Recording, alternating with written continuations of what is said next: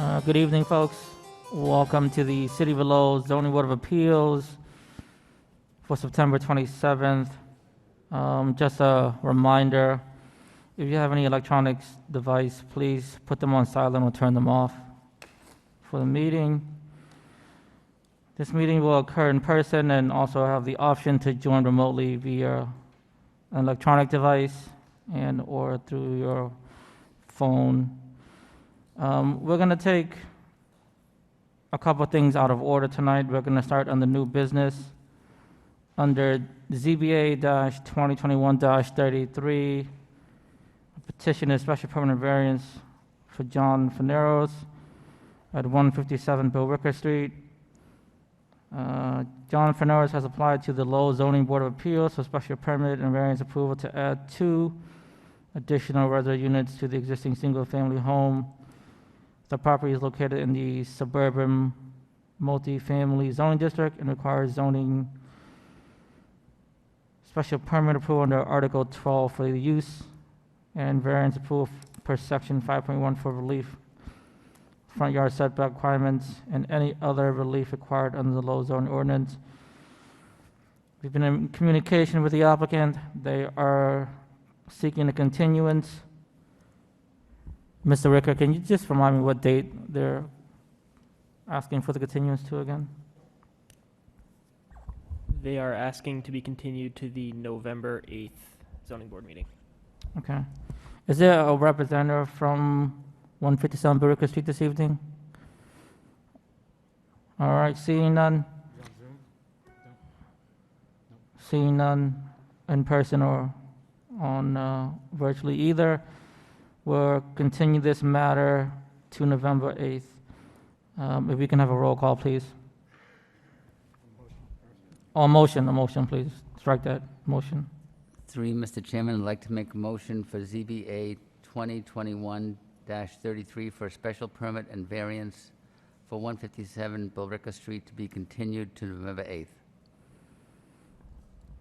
All right, we have a motion by Mr. McCarthy, seconded by Mr. Callahan. Can we have a roll call, please? Vice Chair Peck, Approve continuance to November 8th.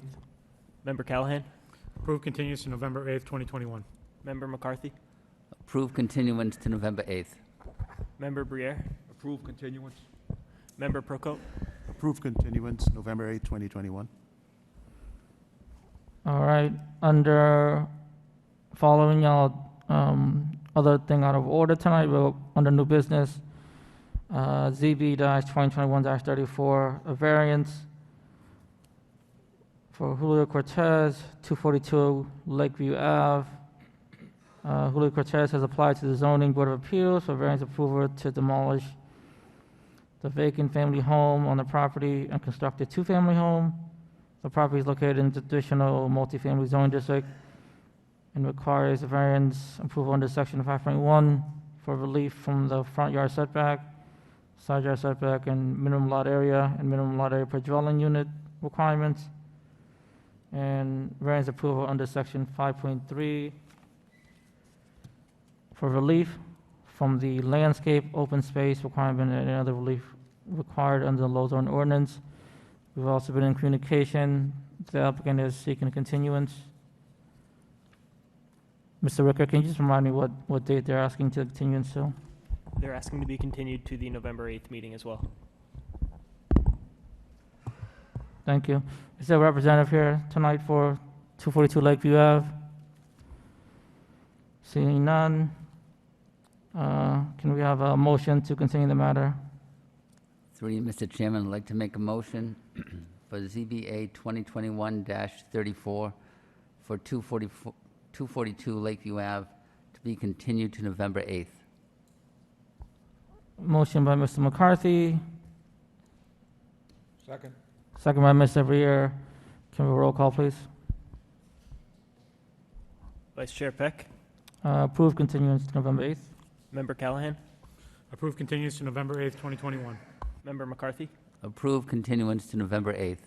Member Briere, Approve continuance. Member Procope, Approve continuance, November 8, 2021. All right, we'll go back to our schedule agenda item under continued business. ZBA-2021-32, a variance. The applicant is Kevin McDermott. Property located at 135 Thornton Ave. Kevin McDermott has applied to the Lowell Zoning Board of Appeals for a variance approval to construct a mudroom and a garage. The property is in the suburban single-family zoning district and requires variance approval under section 5.1 for relief from the side yard setback and any other relief required under the Lowell zoning ordinance. Is Mr. McDermott here this evening or a representative from 135 Thornton Ave? Yeah, go ahead, sir. Just up to the podium, and you want to just update us on any plans you made? Hi, my name is Kevin McDermott. I'm 135 Thornton Ave. I'm here for relief tonight on a garage and mudroom. I've had some physical things since 2013 where I had a cane and a walker, and I'm looking for some more room. I made the bedroom door bigger, the bathroom door bigger. It's on a slab, so I have no basement. The mudroom would help out for some closet space, and the garage would be good for the winter, so for slipping and falling. I had 2 hip replacements, 2 knees, 1 knee twice, Achilles, and the other Achilles has been bothering me. So these are some of the issues. I'm just trying to provide some relief. Thank you, Mr. McDermott. Do you want to share anything else before we open the hearing to the public? What's that? Anything else you want to share? No, that's it. Okay, thank you, sir. So now we'll open the meeting to the public. Anyone wishing to speak in favor on this petition? In favor, seeing none, that portion of the public hearing is closed. Anyone wishing to speak in opposition? In opposition, seeing none, that portion of the public hearing is closed. We'll open up comments and questions to the board. The chair recognizes Mr. Prokop. Mr. Prokop, the floor is yours, sir. Thank you, Mr. Chairman. I think this would be something that would obviously benefit the owner. I don't think it would have any detrimental impact to the neighborhood. I know the space is a little tight, but I think it's something that we should consider approving, Mr. McDermott. So I'd approve it. Thank you, Mr. Chairman. All right, thank you, Mr. Prokop. The chair recognizes Mr. Brier. Mr. Brier, the floor is yours, sir. Thank you, Mr. Chairman. I look favorably upon this petition and have no questions at this time. Thank you, Mr. Brier. The chair recognizes Mr. McCarthy. Mr. McCarthy, the floor is yours, sir. Thank you, Mr. Chairman. I have a couple of questions, if I could ask you, Mr. Chairman.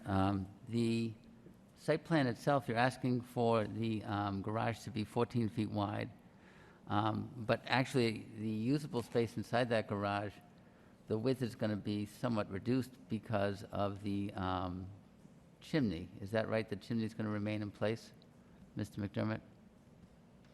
Yeah, that chimney is sort of aesthetics in the other room, and I have 5 feet to the middle of the garage from the chimney to the middle of the garage at 14 feet. And car would fit in there perfect. Okay, so you really have thought this through, and you can adequately plan for your car in whatever's left over after you take the wall width and the Correct.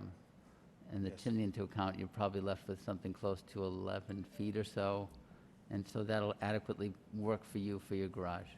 Yes. It's not overly generous. I'm glad you're not being too pushy with trying to make a bigger dimension here, but as long as it works, I think this is a very good plan. And, you know, the comments that we received from the city state that there's a lot of similar properties on Thornton Ave that have side yard setback constraints as well as yours. So it's something common in that neighborhood to a large degree. And I think it would be a great benefit to the house itself to have something as reasonable as a single-car garage added to it in a mudroom. So I don't think you're asking for a lot of relief here, so I can support this. Thank you. Thank you. Thank you, Mr. McCarthy. The chair recognizes Mr. Callahan. Mr. Callahan, the floor is yours, sir. Thank you, through you, Mr. Chairman. Yeah, my concern only was really with regards to the chimney. I know the engineering department was questioning the possibility of whether you'd be able to get a car in there with that chimney outlet sticking out, and remaining, as part of the interior of the garage. But, Mr. McDermott, if you're saying that you're able to do it without any problems, and I'll take your, that's going to be the case. So you'll be, I think we should be fine. So, I'm in agreement with my fellow board members. I think this will be a great project. The request for relief is, in comparison to the remaining of the neighborhood on various side yard setbacks there is somewhat minimal, and I would be favorable to this project. So, thank you, Mr. Chairman. Thank you, Mr. Callahan. Mr. McDermott, I think you heard the comments of the board. I share the sentiments. I always think it's a good thing when we can grant relief to a project that needs it, and, it's one car off the road as well for the garage. So I think, that'll help with safety. So if we have no other comments from the board, we'll move to a motion. Through you, Mr. Chairman, I'd like to make a motion for ZBA 2021-32 for a variance at 135 Thornton Ave. Motion by Mr. McCarthy, second by Mr. Brier. Can we have a roll call, please? Vice Chair Peck, Approve? Member Callahan, Approved? Member McCarthy, Approve. Member Briere, Approval? Member Prokop. Approval. All right, Mr. McDermott, you've been approved. We wish you the best of luck on your project, sir. Thank you for coming out this evening. Have a good night. Moving on to next scheduled item on the agenda under new business, ZBA-2021-37.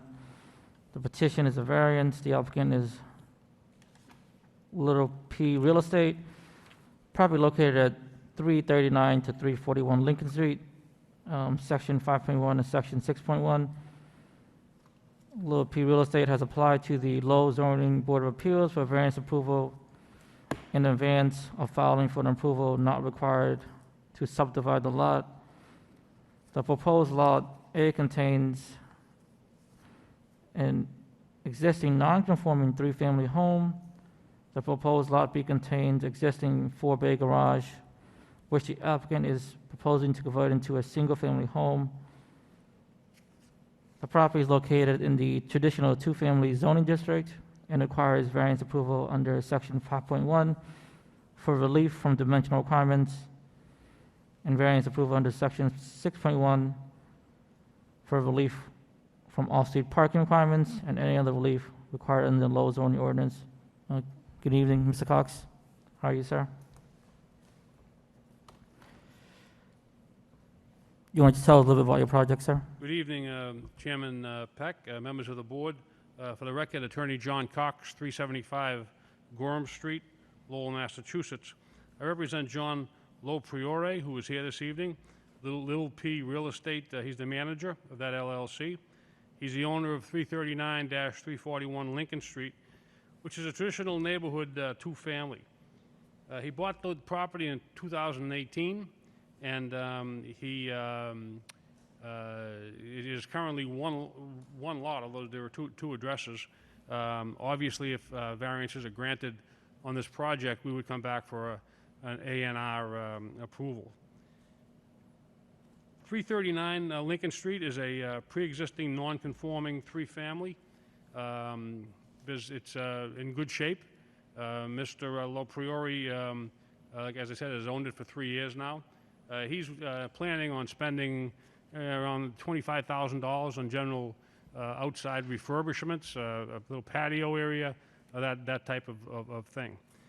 Clearly, we would need a list of variances as listed on the agenda to bring this property into conformance.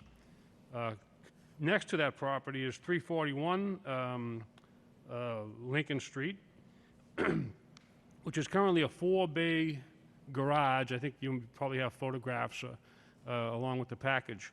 The garages are really not used for parking. They're used more for storage.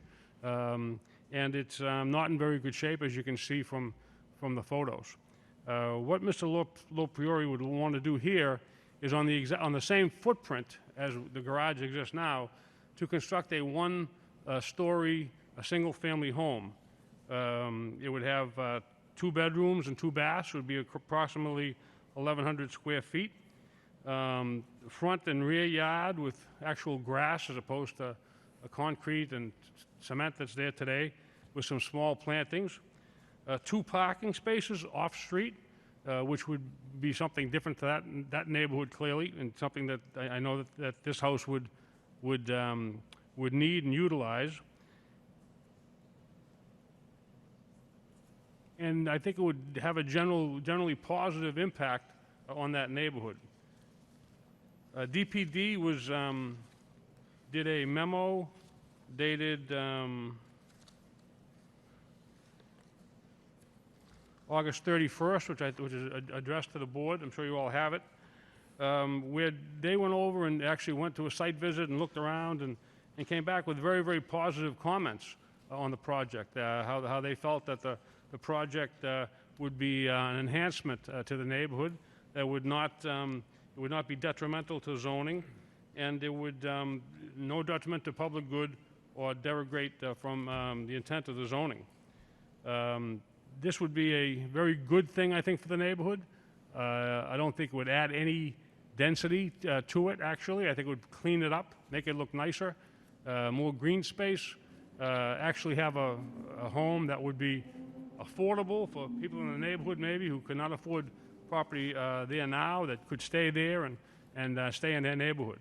So we agree with DPD's assessment that this would be a good thing for the city.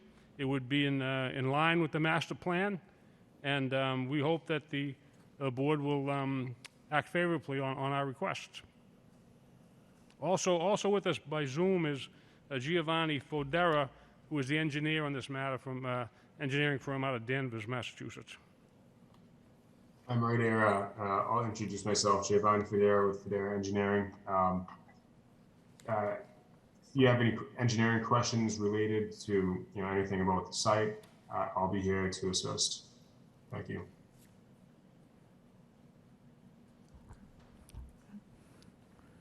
Okay, thank you, Mr. Cox, for the summary of the project. So now, if you have no further comments, we'll open up the hearing on the petition to the public. Anyone wishing to speak in favor? In favor? In favor? Seeing none, that portion of the public hearing is closed. Anyone wishing to speak in opposition? In opposition? In opposition? Seeing none, that portion of the public hearing is closed. We're going to open up questions and comments to the board. The chair recognizes Mr. Breyer. Mr. Breyer, the floor is yours, sir. Thank you, Mr. Chairman. I do agree with the petitioner. I also agree with the comments from DPD that this project neatly fits, and I might add, further enhances the character of the neighborhood. And as a result, I'll vote in favor of this petition. Thank you, Mr. Breyer. Thank you, Mr. Breyer. The chair recognizes Mr. McCarthy. Mr. McCarthy, the floor is yours, sir. Through you, Mr. Chairman, I'd like to ask a couple of questions. First of all, the site engineer is on the Zoom call, is that correct? On the site plan that we have, A100, it shows some parking for the proposed residence without any dimensions. Doesn't show a curb cut dimension or the dimension that would indicate 2 parking spaces that would meet zoning criteria. Is that something that that I'm missing, or is that something that you can add? So you're looking at sheet A100. That's the architectural plan. It's not the plot plan. The plot plan is actually the proposed plot plan prepared by Federa Engineering as sheet 2 of 2. And that plan does actually show the dimensions of the parking spots and the width of the curb cut. So Thank you. on sheet Yeah. I see that. Sheet, Yep, okay, yeah. all set. So you have everything we need there for the parking spaces and the curb cut. Does that indicate that there's potential for 4 parking spaces on Lincoln Street that would be on-street parking available for the, 100-foot frontage dimension across there? What would you be willing to say there that we have potential across Lincoln Street for on-street parking associated with this frontage? I would say that you could go to the west of the curb cut. I wouldn't say that there's a practical spot to the east just because of the turning radius of cars going on to, Autumn Street, Lincoln Street, whatever. But yeah, you could probably get a good 2 on-street parking spots right on that western portion of the curb cut. Anyway, I think we could probably count on 4 total across that front there, maybe not 5, but I'm guessing 4. With the deduction of the 15-foot frontage for that. So that being said, do we have the ability to park on Autumn Street, Dylan? It's a very narrow street, that's why I'm asking. I don't know if you can park on Autumn Street or not. Okay, so probably not. Yeah, I'm not sure. So it really is this kind of variance would be looking at 2 parking spaces potentially in front of a neighboring property in order to satisfy the 6 parking spaces required for the zoning.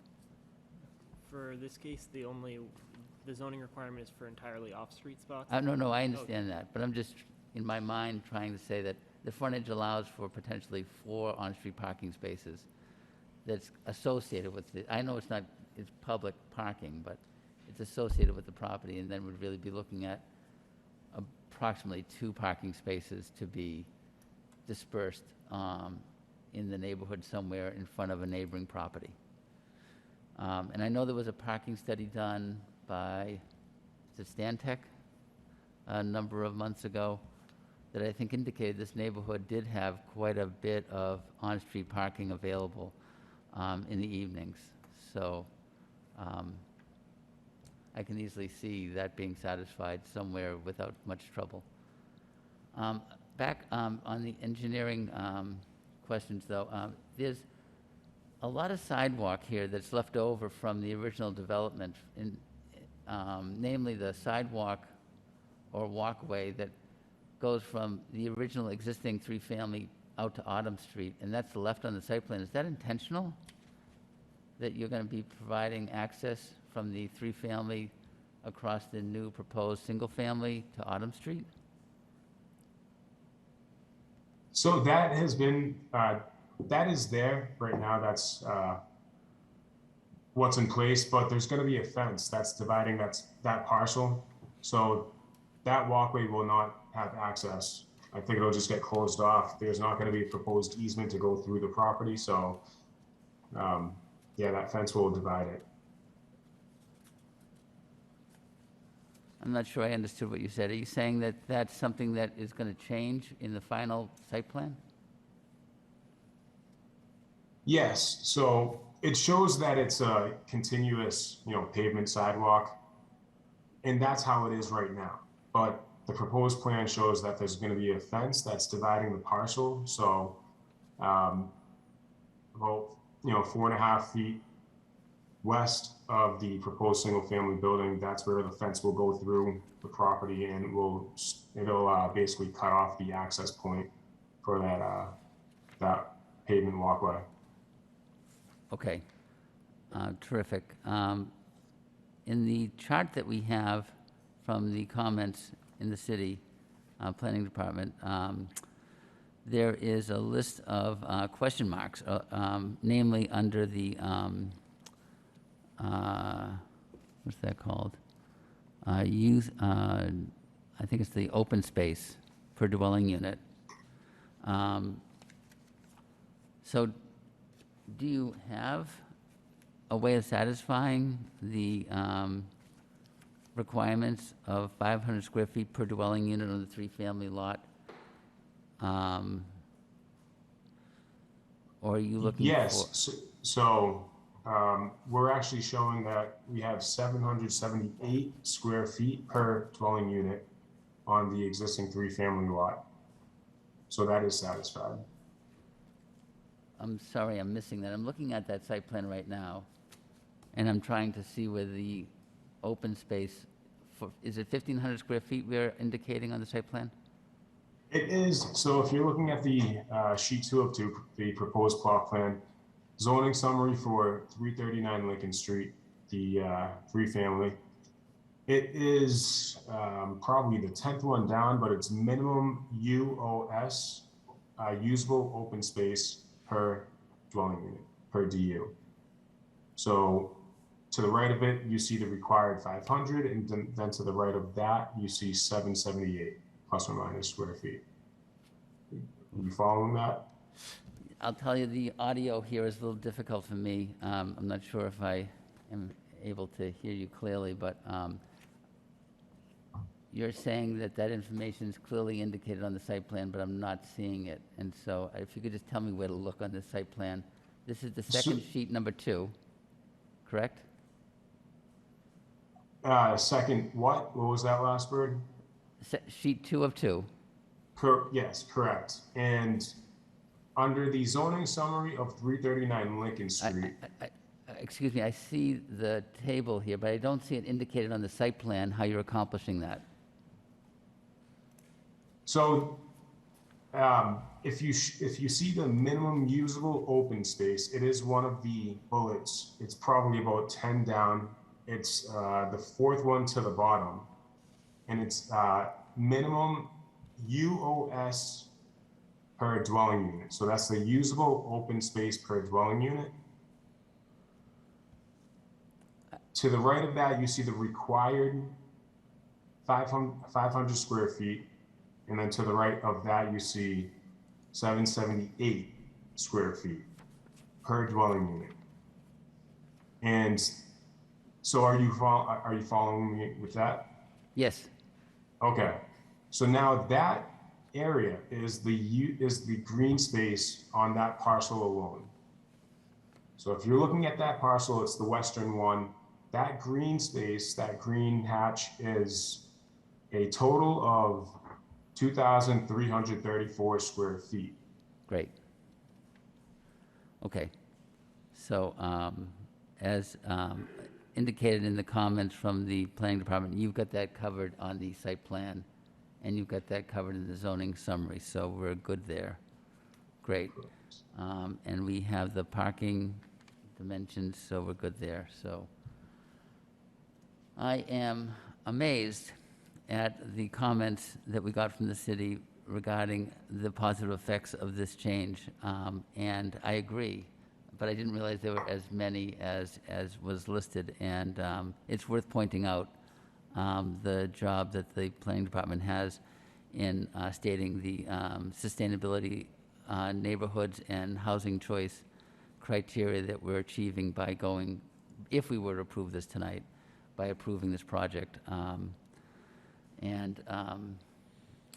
It's a very, very thorough job that the planning department did, I think, for us here to review. So I can agree that this is something worth doing, and I'm supportive of this, especially in this neighborhood, knowing that we just had that parking study done, and we do seem to have a fair number of available spaces in the neighborhood for on-street parking. So I think I can support this. Thank you very much. Thank you, Mr. McCarthy. The chair recognizes Mr. Callahan. Mr. Callahan, the floor is yours, sir. Thank you, through Mr. Chairman. Yeah, I know you're seeking a lot of relief here, Attorney Cox, but I mean, this does seem like a very well put together project that is possibly workable. But I do have a few questions about the layout, and I don't know if you answer them or the engineer. But so on 339 Lincoln, the intention, I see there's a walkway going up on the right-hand side that goes all the way up to the edge of the property, and then there's some stairs there, which looks like those are going to be filled in. So those stairs are not going to be in existence anymore? I'm sorry, That is Mr. correct. Oh, yeah, John? It's Giovanni speaking. So Yes, that will just be, it'll be filled in just so that it's not a usable stair and walkway going to the other parcel, just out of encroachment into the parcel. So Okay, what about the existing trees that are like right next to the stairway? Are those coming out? that tree will stay. And the fence will just go around the tree, but the tree will stay. I think it gives nice, landscape features to the area. Okay. But then the walkway, so we just got a walkway that's going out to the front that's going to end at nowhere because there's no way to access at that point, there's no way to access the street from that walkway because you're filling in the stairs, right? Correct. Okay. Um, What about the back? I mean, it looks like that the walkway, it goes all the way around to the stairway to the rear end of the property, and then goes out to the back, and it looks like it's all paved back there. So that's going to remain the paved area? That will remain a paved area. Any reason for It's- that? or- Just because it's an existing walkway.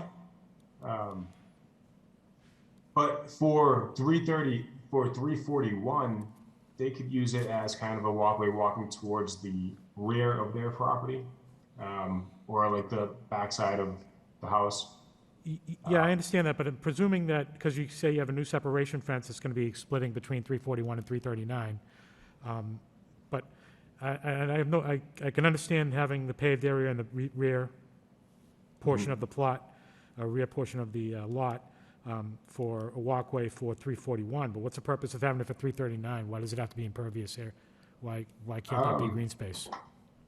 It was just left over as from what the existing walkway is right now. That's pretty much what happened.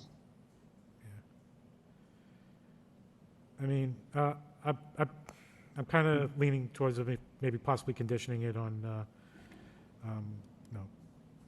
making every efforts to, reduce the impervious surface on the rear end of 339 to add more green space, if that's possible, because it just seems, that just doesn't seem like there's any reason to have,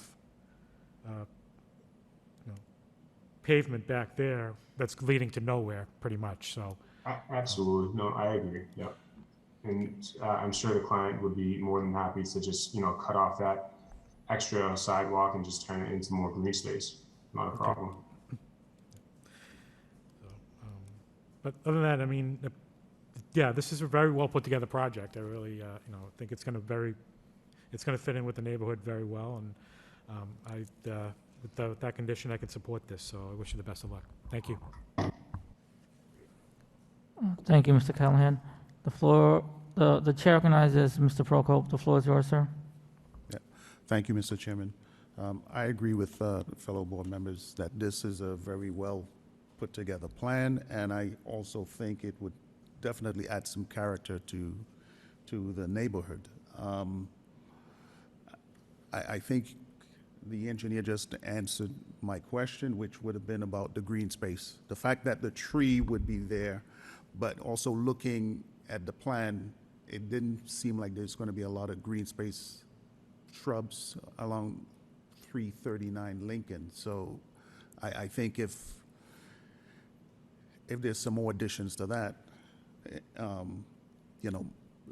around, both properties, I think it would definitely, add the value of the character. That's it. Thank you, Mr. Chairman. If I may, Mr. Chairman? Go ahead, Mr. Cox. I forgot to, or omitted to say earlier, Mr. Lopriore had leafleted the neighborhood a couple of weeks ago and held a informational meeting at the property a week ago Saturday, where he had coffee and donuts and what have you. And, 1,000 people didn't show up, but they were certainly invited, and the neighborhood was invited, and people did show up and look at the plans and what have you. So, he clearly tried to reach out to the neighborhood and hopefully that, along with, again, DPD's, memo, will be positive for this project. Thank you, Mr. Cox, for that update. I think I think this is also an amazing project. It only adds to the neighborhood and to the city as a whole.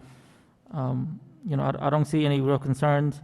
I'm also in favor of the condition for additional green space, like my colleagues had mentioned. But aside from that, I have no concerns, and you had great reviews and great comments by DPD, as we're all aware. Great job, Mr. Ricker, and your team as well, with the summary of this project. If none of the members have any other further comments or questions, we'll move to a motion and a vote. Go ahead, Mr. McCarthy. If I could just, through Mr. Chairman, just like to ask for the condition, as I understand it, Sean, that we'd be conditioning an increase of green space by removing paved walkways that are no longer needed at 339 Lincoln Street, if that's okay with the council. Oh, sorry, let me try it again. Let me try it again. I wasn't speaking into the microphone, you're right. If I could just state the conditions, I understand it, Sean. Condition to increase the green space by removing paved walkways that are no longer needed at lot 339 Lincoln Street, if that's okay with council. Yeah, we have Okay. no objection to that. Thank you. That Yeah. makes sense, Sean? That's correct. I mean, like, if you wanted to make it specific to the rear part of 339 Well, Lincoln you Street, know, 'cause that's, I think we could, like that one that goes to the wall that kind of dead ends. yeah. I mean, I think I'd like to kind What- of say, why don't we try to look at the whole thing holistically and understand what's no longer needed and Yeah. make as much green space as possible. That's kind of That why I was, works. That works. yeah. Thank you. All right. Thank you, Mr. McCarthy and Ms. Caroline. So if we're all in agreement with that condition, we'll move forward with a vote. So thank you, Mr. McCarthy. A motion? Yes, if you have a motion, please. Sure.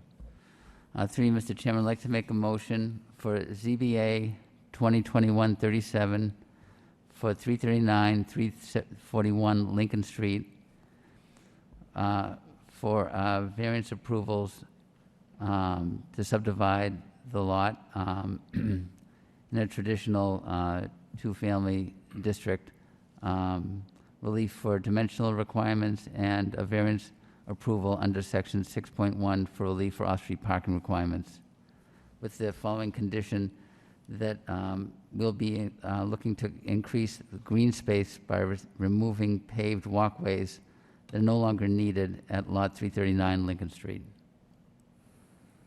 All right, motion by Mr. McCarthy, Second. second by Mr. Callahan. Can we have a roll call, please? Vice Chair Peck, Approve with conditions. Member Callahan, Approve with condition. Member McCarthy, Approve with condition. Member Briere, Approve with conditions. Member Procope, Approve with conditions. All right, Counselor, you've been approved. Thank you for coming out this evening.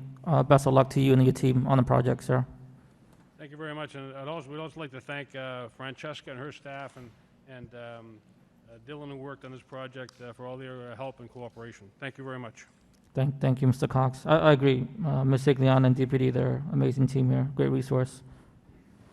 Moving on to the next scheduled agenda item, under new business, we have ZBA-2021-38, special permit. The applicant is Bain Group Real Estate, LLC, the property located at 1320 Middlesex Street. The zoning bylaws, Article 12.4B. Bain Group Real Estate LLC has applied to the Lowell Zoning Board of Appeals for special permit approval to convert an existing factory into a grocery market at 1320 Middlesex Street. The subject property is located in the light industrial zoning district and requires special permit approval under Article 12.4B for the use and any other relief required under the Lowell zoning ordinance. And good evening, Counselor. How are you? Good evening, Mr. Chairman, members of the board. Thank you. Attorney Joseph Claremont representing the applicant, Jose Lozado. He's the proposed purchaser of the property at 1320 Middlesex Street.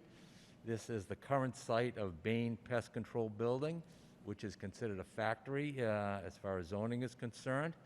This property was prior used as a bakery, and prior to that was the top-notch supermarket, and then purely coincidentally, a supermarket owned by my family about 55 years ago. So I'm actually old enough to have worked there, so I can speak that definitively.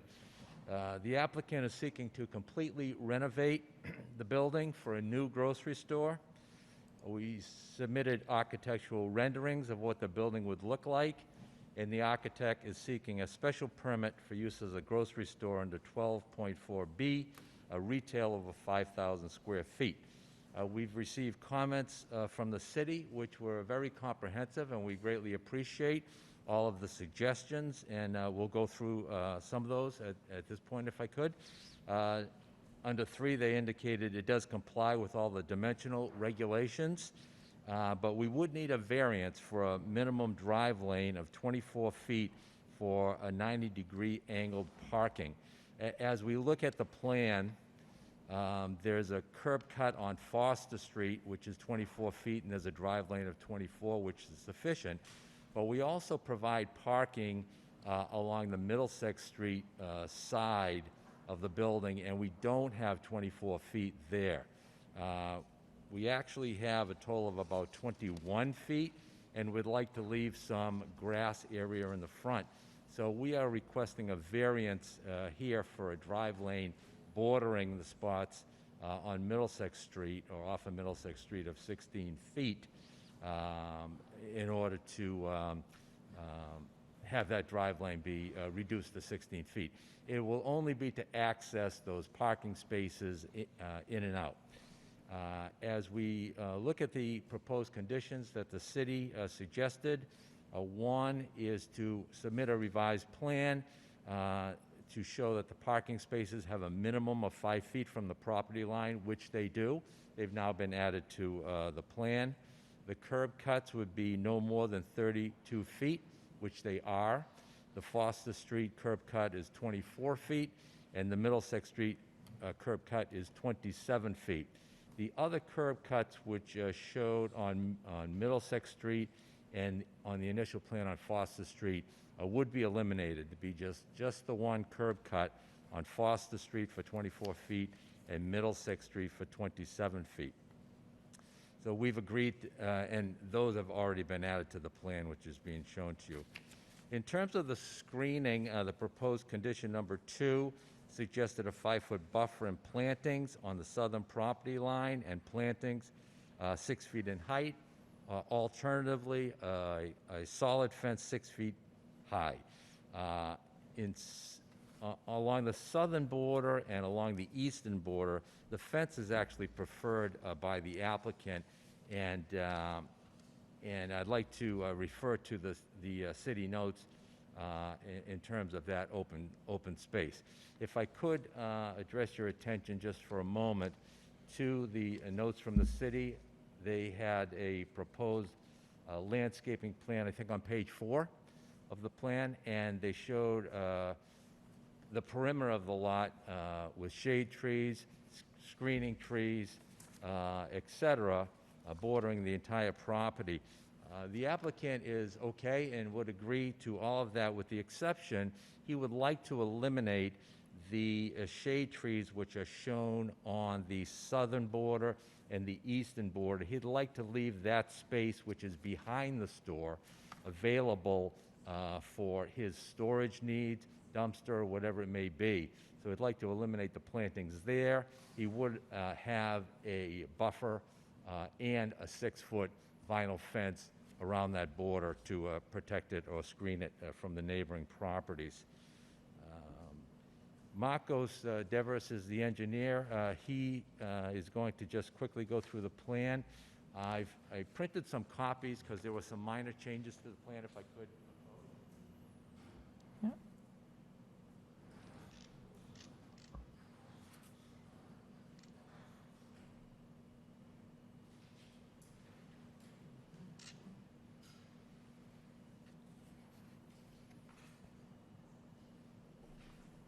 Thank you. Thank you.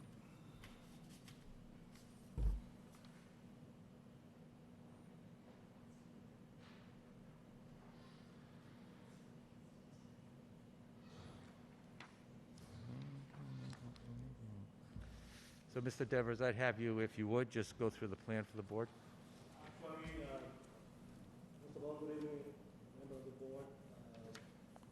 Sir, if you don't mind, if you want to just pick up one of these mics and just turn it on and just talk right into it. It should be wireless, so it should be fine.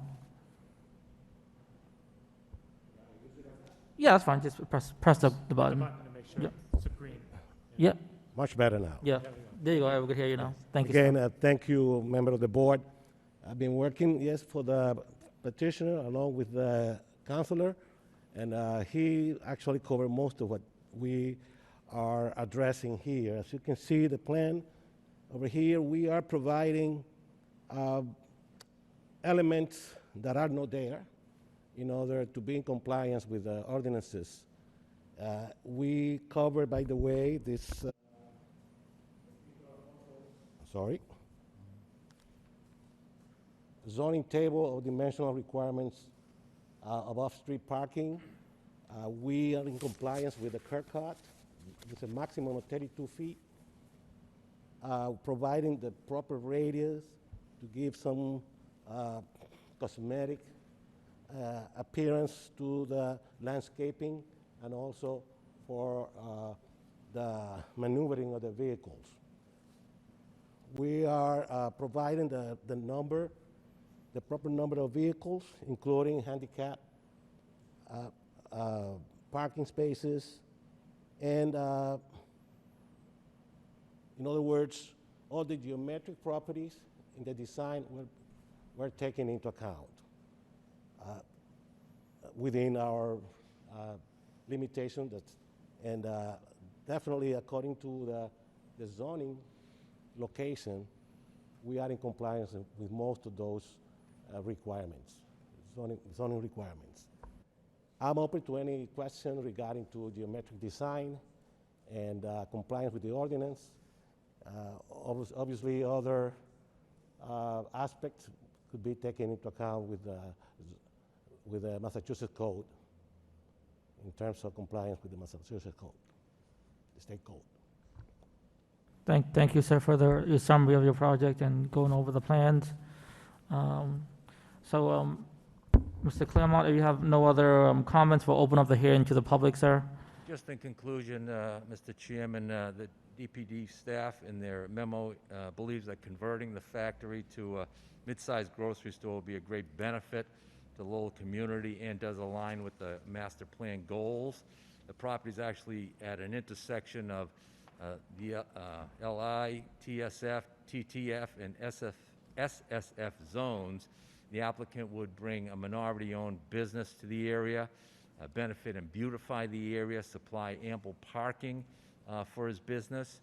And as I said earlier, we're eliminating the second curb cuts both on Foster Street and Middlesex Street. That's all my comments, Mr. Chairman. Thank you, Mr. Claremont. So now we'll open up the hearing to anyone wishing to speak in favor of this petition. In favor, seeing none, that portion of the public hearing is closed. Anyone wishing to speak in opposition? In opposition, seeing none, that portion of the public hearing is closed. We'll open up questions and comments to the board now. The chair recognizes Mr. McCarthy. Mr. McCarthy, the floor is yours, sir. Thank you, Mr. Chairman. I just have a couple of questions. I'd like to start, if we could have the site plan back up. The original site plan submitted had 4 handicap parking spaces, and the new one that you're passing out tonight, issue date 8/12/2021, only has 2 handicap parking spaces. Are either of these indicating what's required by code? Or is this just schematic at this level, and you'll be somehow fitting in what's ever required by code? If that's...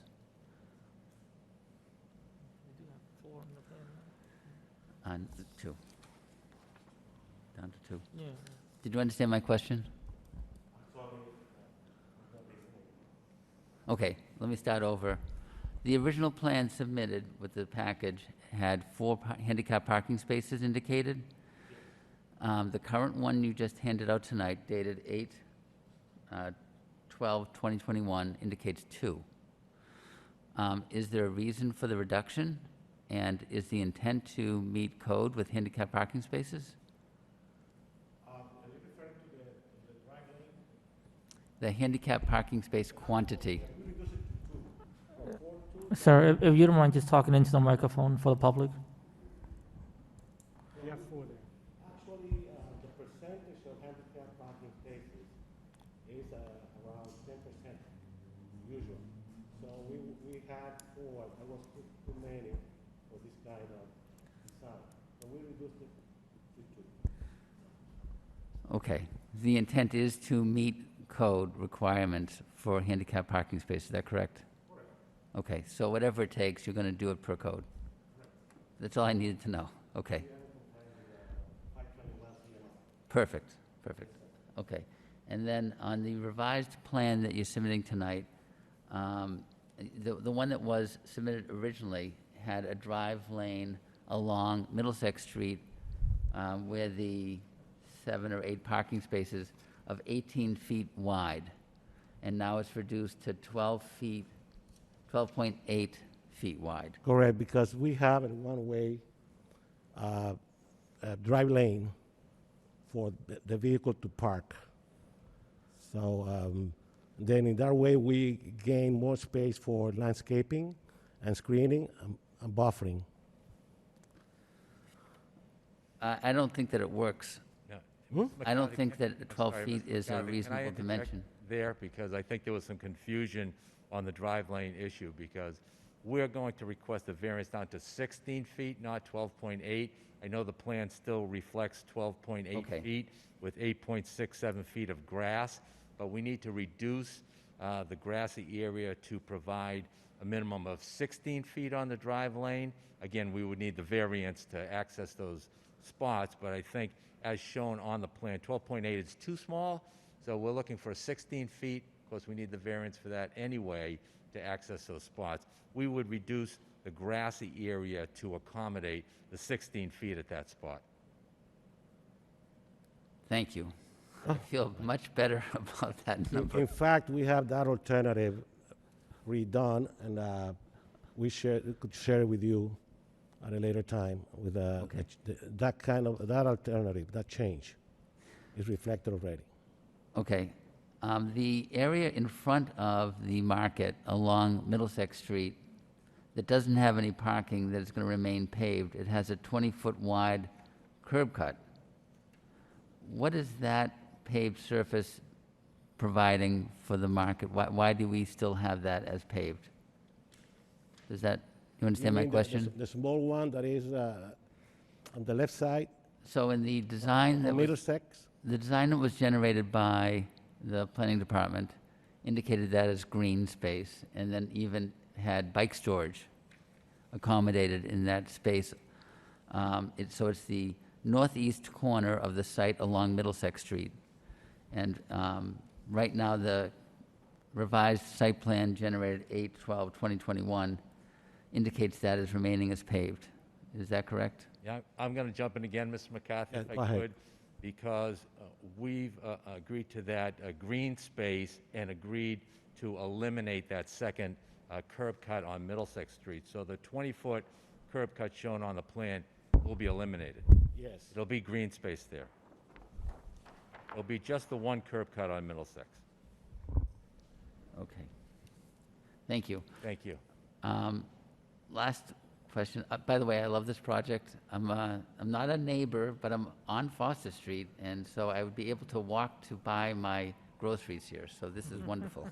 So, thank you very much. Not that that indicates. I mean, I'm excited, but I'm still gonna think about this as far as what it does for the city. How does a loading truck, a tractor trailer, access the site? Do they need to back in off of Middlesex Street? I'm sorry, How- I have some hearing problem on this So, side. so let me try again. Acoustic and this, I don't know, maybe So you have a loading bay here on the site. You have a loading dock on the Loading site. dock. That's right. But I don't see how the tractor-trailer traffic comes onto the site and maneuvers on the site and backs into that loading dock, because I don't see how that would be accommodated with the parking here. So are you indicating that that tractor-trailer is going to back in to the site off of Middlesex Street in order to access the site? Is that what we're looking at here for an accommodation? Honestly, the maneuvering, how to say,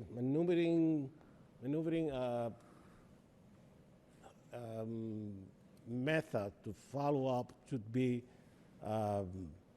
contemplated or addressed with those providing the load and the load and unload of on the place. I don't know if I make me understood, but Well, I think we'd be losing, we made a design in order to provide the most number of parking spaces. oh, I understand, And we are providing the 24 right. drive lane and so on and so forth. Also the changes that we are providing. Now, over here, as you may see that the dimension is close to 40 feet approximately. And I would say that is plenty of space for maneuvering. It's not. I don't think And so. Mr. McCarthy, I don't envision a tractor trailer backing in off of Middlesex Street. And in fact, I think the majority of the service trucks are box-type trucks. But in any event, I envision the trucks coming in off of the Foster Street entrance, pulling in towards Middlesex Street and backing into the loading bay. Perfect. I agree with you. I don't see a turning That's how we did radius. it when I was a kid. I don't see a turning radius at that island, though.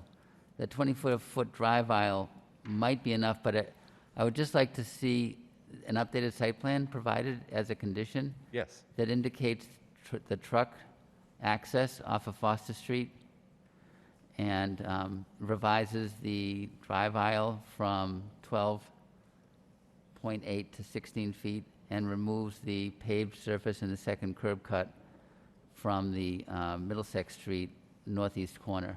Yes, that's I fine. think that would be a condition I'd like to see. But I think that this is a great project. I think I can definitely support this. I just want to make sure I went through the comments that we had from the city. So the screening is going to be done with a solid fence and some landscaping, a combination. Yes. As you had stated. anticipate the screening, the fencing will go along the southern border. Yep. And the eastern border. Right. Except for the screening trees, which are shown on the southwest border, which would remain. So maybe in addition to that first condition, the second condition would be to provide a landscape plan that indicates screening and landscaping as discussed tonight with the fence on the Absolutely. south and east border and the landscaping as shown on the city planning. Okay. All right. Well, this is exciting. Like I say, I live on Foster Street, so I'm thrilled. So, thank you very much. Thank you. Thank you. Thank you, Mr. McCarthy. The chair recognizes Mr. Callahan. Mr. Callahan, the floor is yours, sir. Thank you, through you, Mr. Chairman. I really don't have any questions or concerns. They've all been pretty much addressed. I do like the fact that you're, Councilor, removing that 20-foot curb cut and replacing that with green space and trees and the bike storage rack as well, which is going to be very beneficial to that property. So this is going to be, it's going to be a fantastic project, a fantastic business to add on to the neighborhood. And, you know, minority-owned business, as you said, too, which will be, you know, is another benefit as well. So looking forward to it, and I wish you the best of luck. Thank you. Thank you. Thank you, Mr. Briere. The chair recognizes Mr. Prokop. Mr. Prokop, the floor is yours, sir. Thank you, Mr. Chairman. I agree with my fellow members here that a lot of the concerns that we had was addressed, and most of it is regarding around the green space and Member McCarthy made a remarkable point about ensuring that the truck entrance is on Foster Street as opposed to Middlesex, because I could see that during rush hour, different times, that could be, you know, an impediment to people trying to get back and forth. I don't have any additional questions. I think it's been addressed, so I thank you, Mr. Chairman. Thank you, Mr. Prokop. The chair recognizes Mr. Breer. Mr. Breer, the floor is yours, sir. Thank you, Mr. Chairman. I think it's a great repurpose of the building, and it certainly has a truly appealing exterior style. I'd like to thank the petitioner for their investment in our city, and I'll vote in favor of the petition. Thank you. Thank you, Mr. Breer. You know, I think this is a very well thought out project, a great reuse, repurpose of the site of the building. And Mr. Claremont, thank you for your little summary and history of the site and your connection. I actually really appreciate that. I think it's just a very cool fact that, you know, it's kind of going back to what it was before, a grocery store. I really think it fits in well with the neighborhood. It's that Middlesex corridor district is like a hub for businesses, so it fits right in, I think, in my opinion. You know, so if there's no other comments or questions from the board, and if you're amenable to the condition around updating the site plan to show access off of Foster Street with the truck or delivery access, we'll go forward with a motion. Through you, Mr. Chairman, I'd like to make a motion for ZBA 2021-38 for 1320 Middlesex Street for a special permit to convert an existing factory into a grocery store with the following two conditions. Condition 1, that the applicant provide a revised site plan indicating truck turning radius off of Foster Street exiting onto Middlesex Street, as well as the removal of the northeast corner curb cut and the associated pavement replaced with green space. And lastly, that the drive aisle dimension change from 12.8 to 16 feet along the northeast corner. Second condition is that a landscape plan be submitted retaining the planning department design, with the exception of the fencing being added at the east and south border in lieu of landscaping. Motion by Mr. McCarthy, I second. second by Mr. Prokop. Can we have a roll call, please? Vice Chair Peck, Approve with conditions. Member Callahan, Approve with conditions. Member McCarthy, Approve with conditions. Member Briere, Approve with the conditions. Member Prokop. Approve with conditions. All right, Mr. Claremont, your project's been approved with conditions. We wish you the best of luck. Thank you for coming out this evening. Thank you very much. I think Thank you. the, Thank you very much. Thank you, sir. oh, excuse me, I think the project needs the variance approval as well. For the Oh, drive lane. okay, well, just one more, so that was for a special permit, I will do it for a variance. We can have a motion for the variance now. Through you, Mr. Chairman, I'd like to make a motion for ZBA 2021-38 for 1320 Middlesex Street for a variance for parking reduction with the previously mentioned two conditions. Motion by Mr. McCarthy, Second. second by Mr. Callahan. Can we have a roll call, please? Vice Chair Peck, Approve with conditions. Member Callahan, Approve with conditions. Member McCarthy, Approve with conditions. Member Briere, Approved with conditions. and Member Prokop. Approve with conditions. All right, both your special permit and variance have been approved. Wish you a very good night. Thank you for coming out this evening. Thank you Mr. again. Claremont, Have a good night. best of luck on the project. Moving on to our next scheduled item on the agenda, under new business, we have ZBA-2021-39, a special permit. The applicant is Pineapple Realty Trust LLC, property located at 17 Montreal Oh, it Street says, yes. and 264 to 266 Plain Street. Pineapple Realty Trust LLC has applied to the Zoning Board of Appeals for special permit approval to use the property as a parking and storage lot for trucks and trailers. The applicant proposes to pave 3,950 square feet of the lot and store at most 14 vehicles at the site.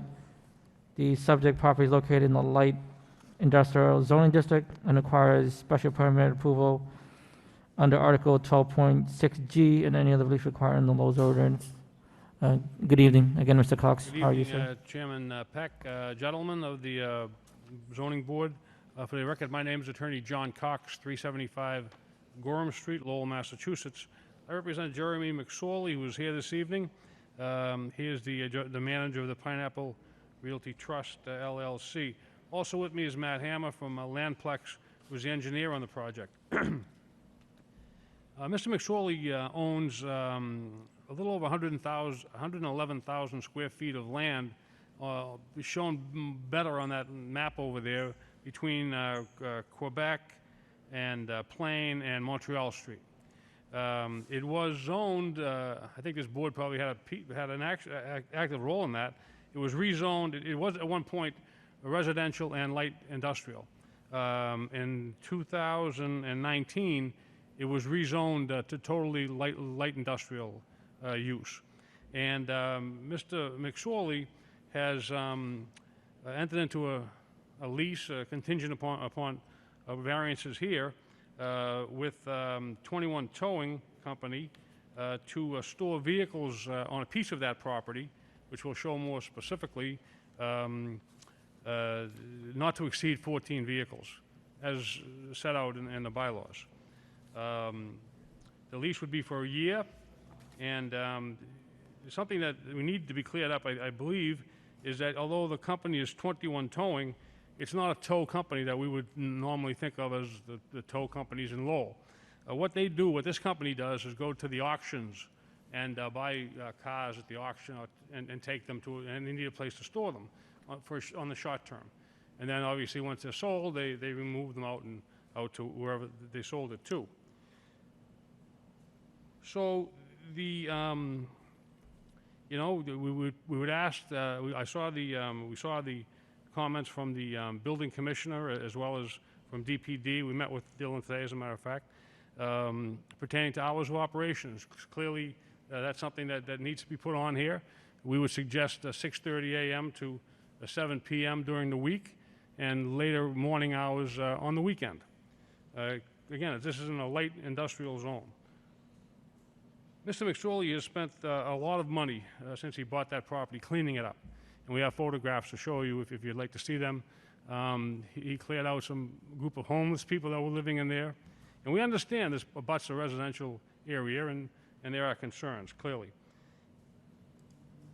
He also has a curb cut permit for a curb cut on Plain Street, which, once that is built and built out, we expect to use Plain Street as the main entrance into this industrial area. DPD did a memo, which I'm sure you have, dated September 17th.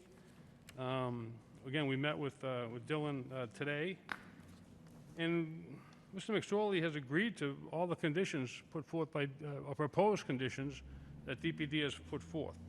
The applicant shall install oil separators at the parking area prior to utilizing the site for parking. We're going to go beyond that. We're going to put drainage in because we're going to need it as this parcel gets developed. Again, there's 111,000 square feet. So there's going to be maybe 4, 5, or 6, depending on how much land the tenant would need and Matt can point that out better, on the property. It's clearly not the only use on the property. I mean, it's a very small piece of the 111,000 square feet. So the drainage we will put in. Applicant construct a 6-foot opaque fence around the lot or parking area to reduce the visible impact on the neighborhood. Absolutely, we agree to do that, and it can be a condition, or it can be part of the proposal. However the city wishes to go forward. Granting the applicant, the city of Lowell, an easement to access the site to monitor compliance. We talked to Dylan about this today. I don't know how we would do an easement. Clearly, Mr. McSorley or his representative, somebody will have the keys to this locked gate. would, be available for the city. And anytime the city wanted to inspect, go get in there or what have you, we would clearly cooperate and make that available to the city.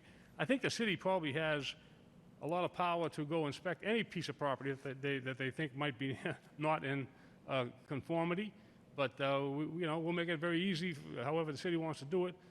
The city will always have the name of the manager, either Mr. McSorley or someone in charge, who will have access to, whether it be the police or the building commissioner or whoever else, to go up there and open that gate. The applicant not park more than 14 vehicles in the lease, which the proposed lease, which we have provided, I think, to you. It says in the lease that they cannot have more than 14 vehicles. They will not have more than 14 vehicles. Again, this is a light industrial district, and clearly the owner has a right to develop that property in conformance with the city, and hopefully in conformance in agreement with the neighborhood. But I think parking 14 or less vehicles, not in the middle of the night, towed trucks coming in, going out. Somebody said, well, they don't want irate owners looking for their car, which I understand that. No, that's not the case here. We are not towing people from the street or from apartment buildings or from whatever. These are auctions where vehicles are sold and then transported to this site.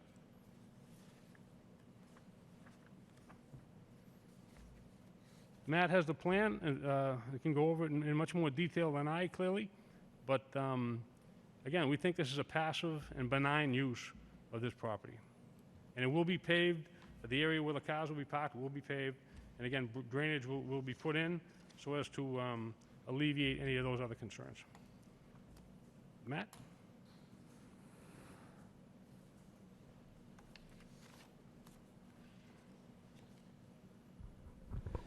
Good evening. For the record, Matt Hammer, Lamplex Engineering, 10 George Street, Lowell, Mass. So I'm going to just give you an idea, or I'm going to show you the property itself. Here's Plain Street here. Here's Quebec Street. And there's also a side street here, West Manchester. The parcel is an odd shape, comes all the way over to Quebec, and then comes over here. As the board may or may not know, there was a zoning extension that expanded the traditional two-family to light industrial a couple years ago. And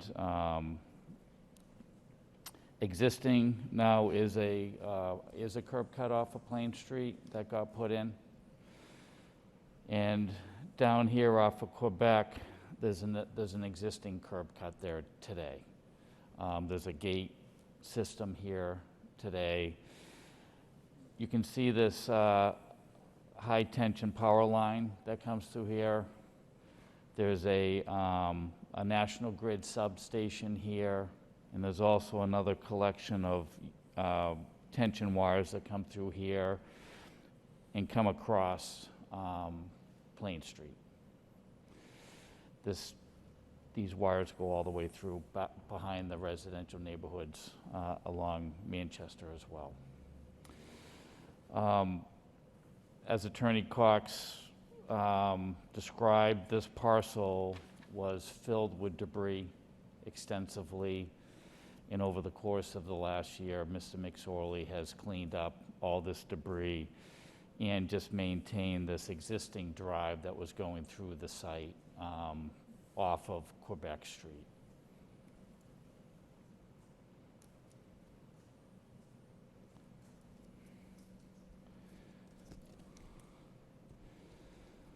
What we're proposing is to turn this gravel drive into a paved curb cut here, which would be 24 feet in width. Again, we would maintain and just improve the existing gate, so there would be a gate off of Quebec Street, providing this entrance drive here, which is just a approximately, it's 24 feet wide. I don't have the exact length, but I could tell you that it's just over 30 feet for this section in here. And then this will be this paved area here, which was 3,950.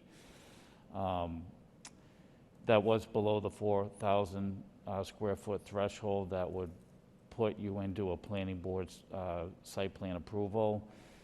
And we realized that we will be putting full drainage in here, which would have been part of that site plan approval if it did go there. So we've agreed to do a full drainage system in here. We have nice sandy soils, so we find that that's going to be easily attainable. And then there's also a gravel area here that would be for snow storage also. It's going to be completely enclosed with fencing. There'll be areas along the side here, along this 5-foot side, this front area here, and along this entire site if needed for some landscaping. It's a pretty simple layout, just of an area to store the vehicles on this paved area here. And I can take questions from the board. Okay. Thank you, Mr. Cox and Mr. Hammer. We have no more comments or for the project. We'll open up to the public. Anyone wishing to speak in favor on this project? In favor? In favor? Seeing none, that portion of the public hearing is closed. Anyone wishing to speak in opposition? Yeah, go ahead. If you want to just go to the lectern and name and address for the record and just tell us a little bit about your thoughts. Mike Ash, 100B Quebec Street. I'm the resident directly across the street from the gate, the proposed gate. I've got a few concerns. One that just came up is Mr. Cox mentioned it's going to be auction vehicles. Is there any limit that says it can only be auction vehicles? If this business changes their plan, can they? There was no answer to the question, if a truck is pulling a trailer and the trailer has 6 cars on it, is that 1 vehicle or 8?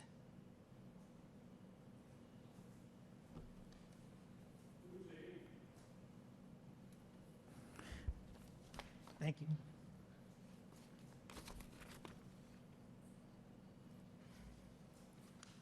And go back to the beginning.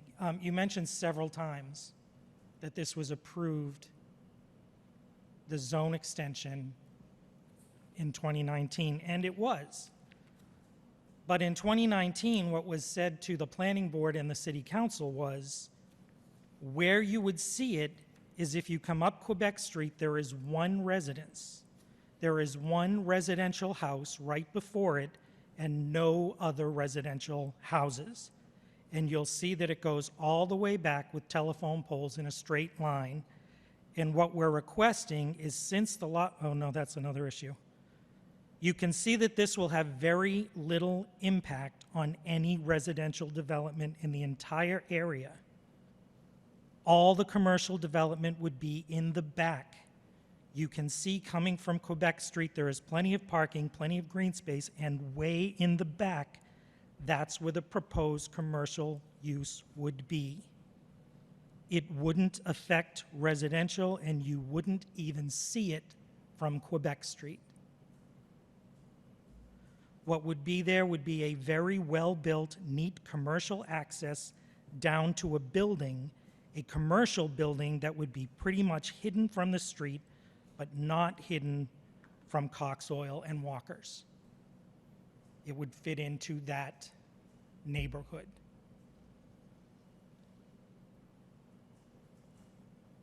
Oh, that's going to get me in trouble. Consistent with whatever is around there. Whatever is around there is enclosed inside buildings, not open air, not construction, not sand, not gravel.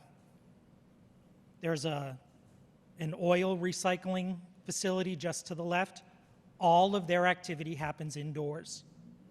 They have 2 trucks, they back up, they pump inside, they wash the trucks if they're going to leave them on the site overnight. It all happens indoors. Open air outside parking sounds more like Tanner Street. Why this isn't being proposed as a parking lot under Section 4, I'm not sure. What the difference between storage and a parking lot would be. This land has been completely cleared of every tree, bush, weed, plant that would allow for any kind of noise mitigation or smell mitigation. Who knows what's coming in these trucks? It's all gone. So, although we were excited to see this come in at the start because of what was back there before, what we have now is worse. We have noise from Main Street that we never had before. Main Street has noise from us that we've never had before.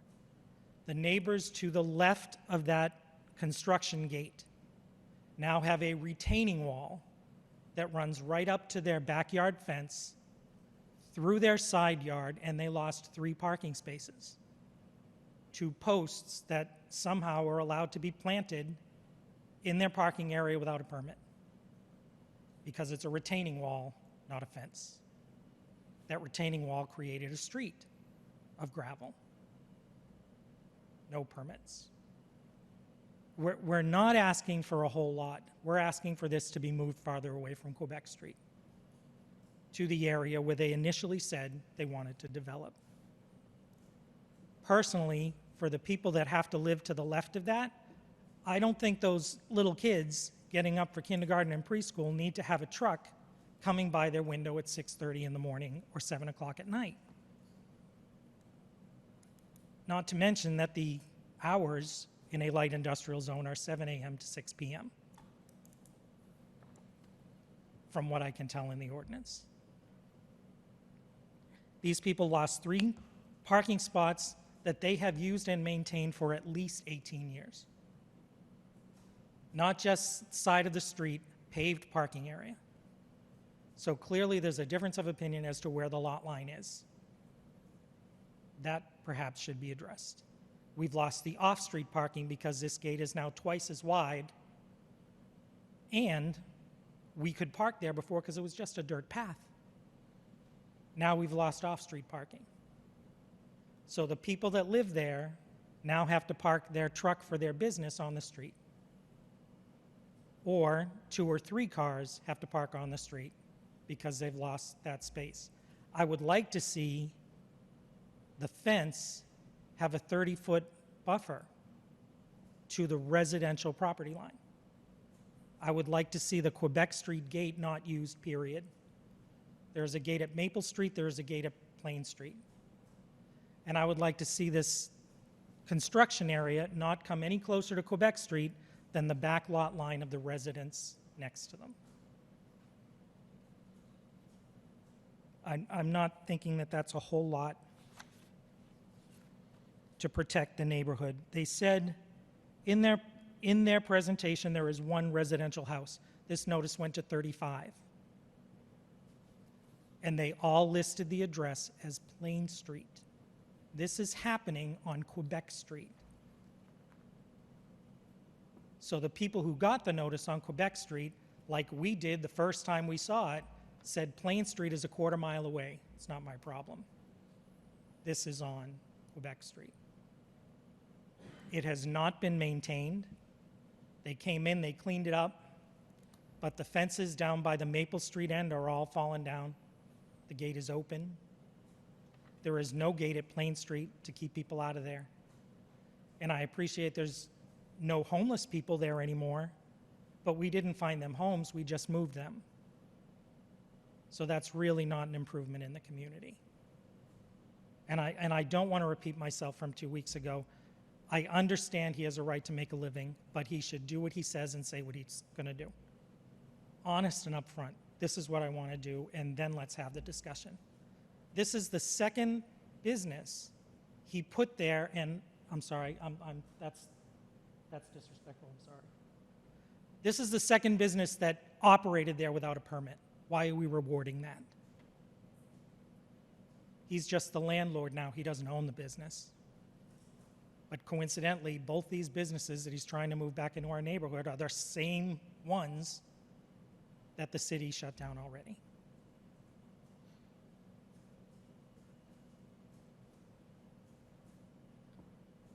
Mitigate, remove the noise.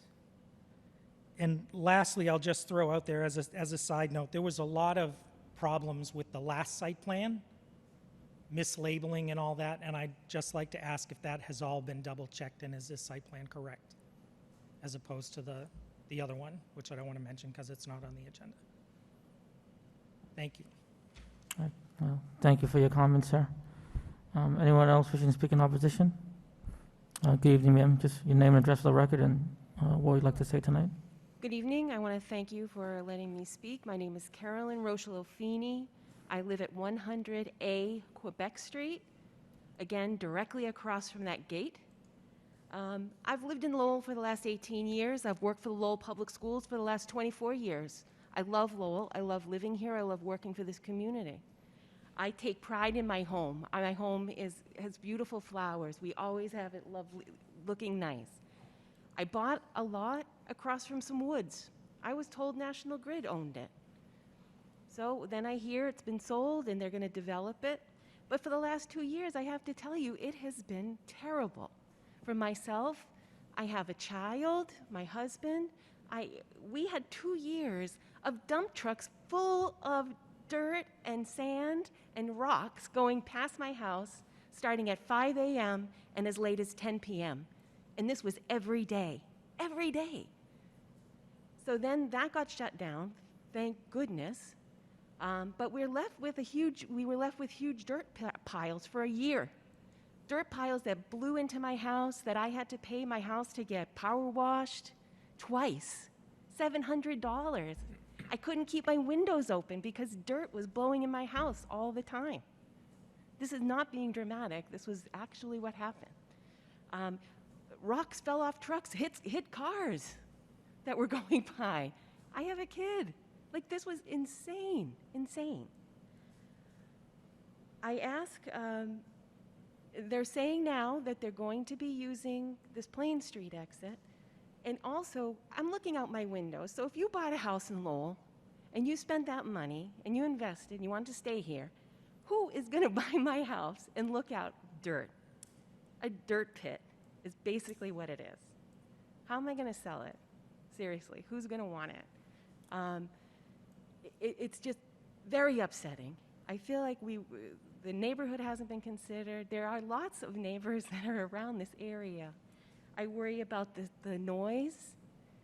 I worry about the hours that they're going to be coming in and out, and I know they're saying that, but I don't have faith in the past that it's been adhered to.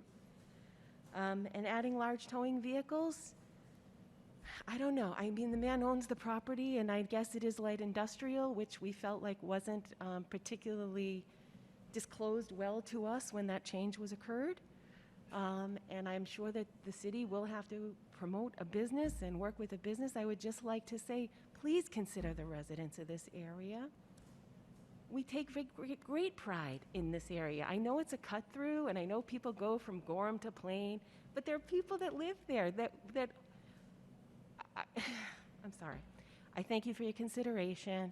I know that you will make the right decision and that you will work with everyone, but I really would love to see that Quebec Street entrance closed up, or at least improved. It's just a chain link fence that's hardly closed, and people go on dirt bikes and ride their dirt bikes all through it on the weekends. And I mean, it's not how I would want to have Lowell be represented. So thank you. Thank you, ma'am, for your comments. Anyone else wishing to speak in opposition? In opposition? All right, seeing none, that portion of the public hearing is closed. We're going to open up questions and comments to the board now. The chair recognizes Mr.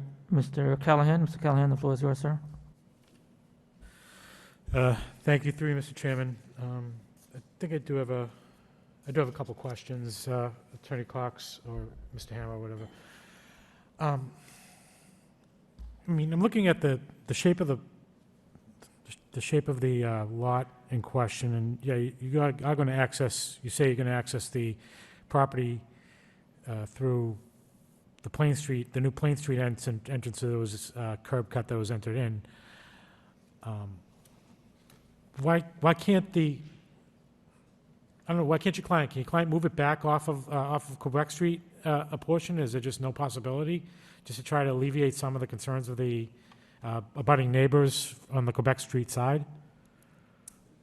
Sorry, Mr. Callen, was it at the start, like at the other end? Is that what you're talking? Yeah, moving it, so from what my understanding is, the site is set right bordering Quebec Street. But you're going to access the property from the Plain Street side, correct? No? Okay, that's not my understanding. So I'm going to provide the distance off of the street,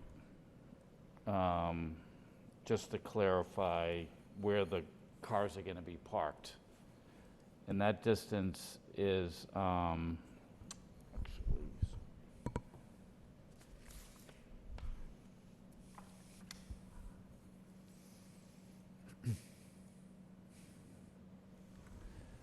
is 32 feet from here to where the cars are going to be parked here. That's on Quebec Street, right? Yep, Quebec Street. Okay, but my understanding, we got an email from Dylan, and I don't know, maybe you can clarify. We got an email from Dylan earlier that said there was a new proposed condition. I thought this was agreed to. Applicant shall agree to access site using 264 Plain Street once a No. curb cut permit is issued for that location. And I'm presuming that means accessing it from the Plain Street side, not Quebec Street side. Let me Did I, clarify. am I mistaken? Yes, that's. Okay. There's a curb cut here off of Plain Street, and the reason for that is eventually this area is also going to be further developed. But the vehicles are not coming through this curb cut and going down to here. This use is specific to this one curb cut here, to this proximity. Okay. Okay, you know what, maybe, The intention was, and maybe this might have been, there might have been some confusion here. All we're saying is that in the future, when this gets developed and we have full access into the property for other uses, then we can then connect that to this area, and then we can stop using it off of Quebec yeah. once this gets developed. Okay, next question is how, I mean, so these tow trucks bringing cars in, or big rig, like, big, what's bringing these vehicles in? Just through? Okay. I'll take my mask off now. So He's asking what vehicles are bringing these trucks, these. I think the trailers are approximately, like a pickup truck, the trailers are about, 18 feet?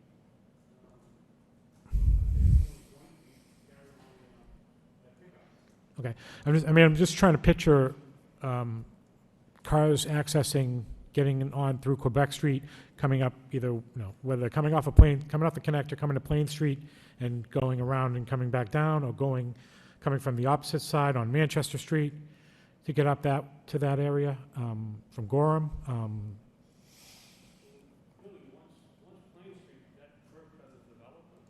Yep. But for the time being, you can't access that right now. You're saying you don't. That's correct. You can't Okay.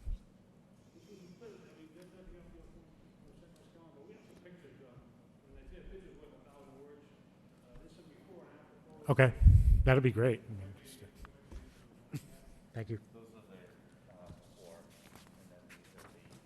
Okay. Okay.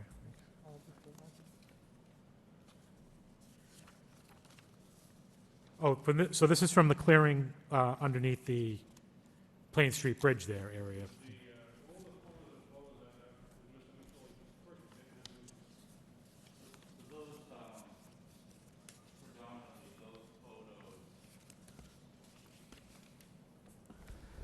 are along this entire embankment here, and in this area in here. Okay. And that debris extended itself all the way over into here. Okay. Another question I have too also, I mean, as far as compliance is concerned, is there going to be, is there going to be any on-site management, anything as far as, because I know other than having the city repeatedly try to make sure that the number of vehicles being put on the lot are complied with, is there any plans to put, does your client or your client's tenant have any plans to put on-site management, like a little shack or someone, for someone to be there to maintain like what's, No, there will not be a kiosk of any kind or Okay. any building at all on this area. so it's strictly parking? That's correct. Okay. Well, and how long do you think it would take before the access, the grant of access possibly from Plain Street is going to be, I would Awesome. say it would be 6 months to a year. okay? All right, I'm going to listen to my fellow board members, see what they say. I think minimally, if any relief would be granted, that we definitely have an administrative review on this, just to see where we're standing as far as the access, the possible access point. I mean, certainly a condition that, at the earliest convenient, at the earliest opportunity, that all access to the property for the vehicles, or all vehicles going in and out, need to go through the Plain Street entrance. But with that, I think at least that's what I'm thinking at this point, as far as minimally on what conditions to possibly add if we consider granting this petition. So, but I'll listen to my fellow board members and see what they have to say. Thank you. Thank you, Mr. Callahan. The chair recognizes Mr. Prokop. Mr. Prokop, the floor is yours, sir. Thank you, Mr. Chairman. One of the things that was mentioned earlier, specifically, that caught my eye, is that you said the hours of operation is from 6:30 a.m. to 7, was it 7:30? Okay. Isn't there an ordinance that, and maybe my fellow board members can correct me because I'm still learning this process, but isn't there an ordinance that work like that shouldn't start until 7 a.m.?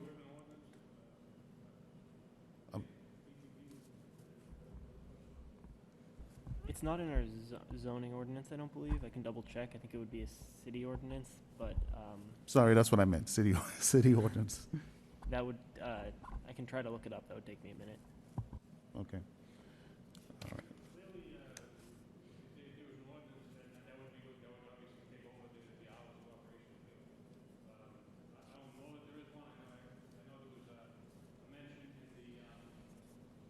I know there was a mention in the memo from the building commissioner pertaining to operating hours, and that's why when we talked to Dylan today, we suggested those hours, you know. Okay. Yeah, I would be concerned because I could see if in the neighborhood, especially those who are affected on Quebec Street, who have children, that the traffic would be that early, and it sounds like it's 7 days a week from what you said, right, including Sundays, weekends? 7 days a week? I don't believe it would be 7 days a week, no, just Saturday, or weekdays and Saturdays, not Sunday. Okay. All right. Thank you. Yeah, I mean, I think that, there is still some stuff for me to consider, but, especially the fact that you do have some opposition, where initially you also mentioned that there was only one resident that was affected, and tonight we heard that there's actually 5. So I just trying to reconcile so I can ensure that the impact to the neighborhood is not just, it sounds like it's more than one. So these are the things, again, I just want to adhere to what the concerns are so that you can address them.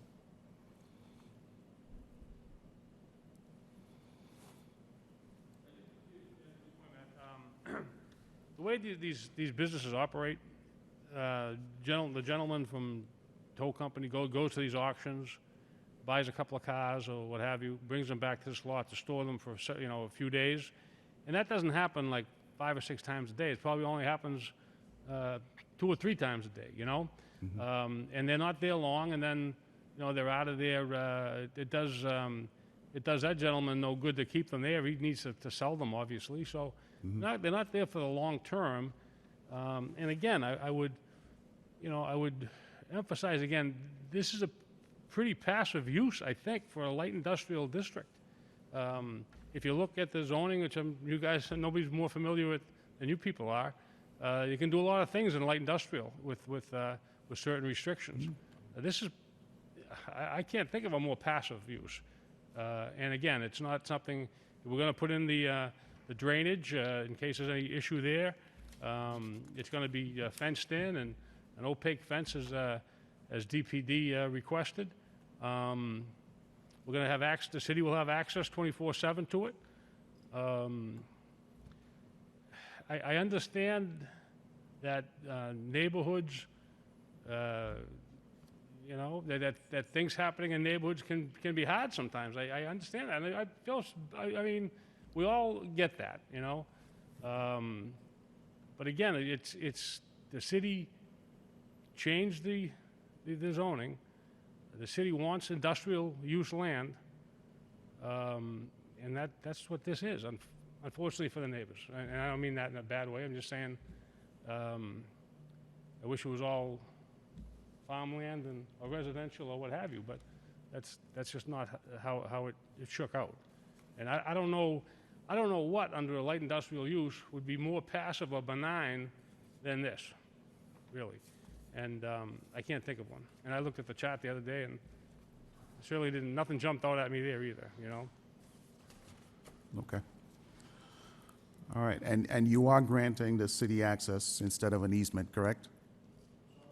You are granting the city access to the site to monitor zoning compliance as opposed to provide an easement, right? Correct? Okay. All right. I don't have any questions at this time. Thank you, Mr. Chair. Thank you, Mr. Prokop. The chair recognizes Mr. Breer. Mr. Breer, the floor is yours, sir. Thank you, Mr. Chairman. The attorney keeps using the word, he actually stole it from me. When I initially reviewed these plans, that was the first thing that came to my mind. Industrially zoned land and how that fits into the character of a neighborhood. There's always going to be some disruption when you abut industrial land. But if I wasn't a butter, I have to agree wholeheartedly that there's no more passive use of this land. So that word passive is what immediately came to my mind when I went out to the site. And the way that the business is structured, as I understand it, is they're essentially storing vehicles on a paved lot. Now, I certainly am sensitive to the concerns of the residents of Quebec Street, but I don't find the complaint analogous to this new proposed business. Certainly the conditions that you explained, wow.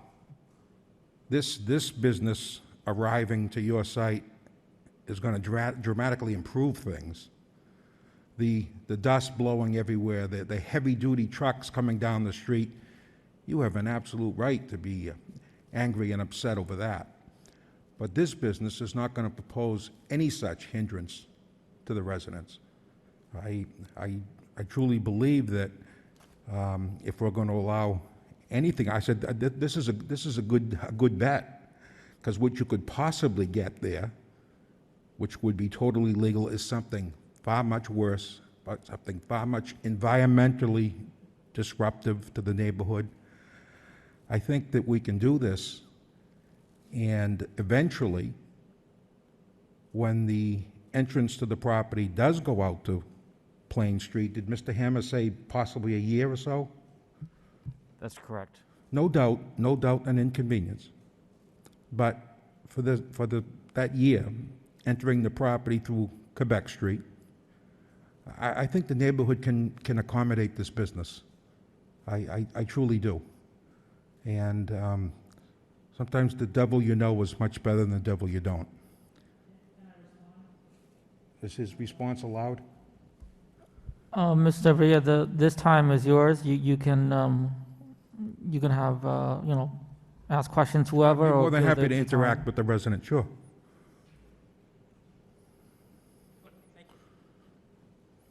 The concern is not exactly the business. This business can change without notice. Once it's allowed in there, it's allowed in there. It can be constant coming and going. There's no restriction on where these come from, when they go. There's no notification of where they come from, where they go. I The guess bigger issue is the history with the landlord of coming in and doing things without permits, All right, but without that's, permission. I and really we see just that don't as a separate trust- issue. We're talking about a new business owner who's leasing space Who- from the property owner that you have an issue with. It is the same business that already used that property without a permit. All right, but 21 towing. this makes everything legal. So your issue about no permits, we're eliminating that. Well, why would they not get a permit? I Well, would think it's can't- because they I wouldn't can't think they speak can to what get- happened at a previous time, but I certainly can affect what happens from this point forward. And going back to when the land was rezoned, none of this property from Quebec Street down to the power lines was mentioned. All they talked about was the Plain Street area. Now, we've already been inconvenienced for years. There are still pending issues from the last time that haven't been settled yet. A man had his foundation damaged. That's all still out there being settled. We haven't finished cleanup yet. So if anybody's got to be inconvenienced, I would say they need to build their property from Plain Street. But they And propose not to do that. inconvenient, but we don't want to put up with it for a year. This parking lot is directly across I understand. from her parking spot. She has to back up into that. Where else in the city do you see driveways directly across from each other? They're offset. These lights from these trucks are going directly in her living room.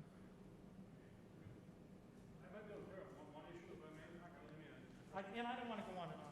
Let me interrupt you, but I just talked to Mr. McSorley. He would make it a condition that the vehicles brought in there are solely from auctions. I think that his concern is that they're gonna start towing things off the street. We have no problem with that. That's realistic. That's a practical concern, and we'll take it. So, no, do it right here through the city. We can do it through the lease too, but you're better off having protection right here. I mean, this is going to be closely watched, I think, by DPD and the building commissioner and everybody else. So that's no problem. I mean, that's where the cars are going to come from. That's what the guy's business is. The cars will be just from auctions only. As far as lighting goes, that's certainly something we will deal with DPD and the neighborhood. And we don't want lights shining in your window all night. Clearly. So there's ways to do it. There's ways to shade that and what have you. And that's something that we're going to work with you on. That's a no-brainer as far as I'm concerned. But that's something that these are things that can be worked out. You know, and I'm sure, like I said, the city will be watching over this closely. And this isn't the only one. There's going to be other ones coming down the road that will be further away from Quebec Street, obviously. But you know, things like that, shading lights and auction cars only, those are things we can resolve right here. I mean, we want to be good neighbors. I know there's a little bit of history here, but we want to be good neighbors. I wasn't around for the first batch, but.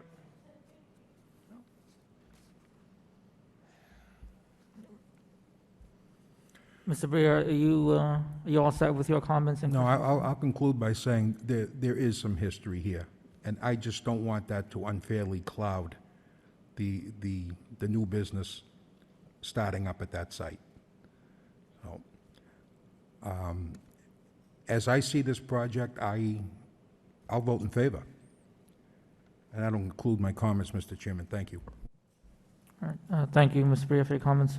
The chair recognizes Mr. McCarthy. Mr. McCarthy, the floor is yours, sir. Through you, Mr. Chairman, I'd like to ask a couple of questions, and I'd like to start with the site plan. The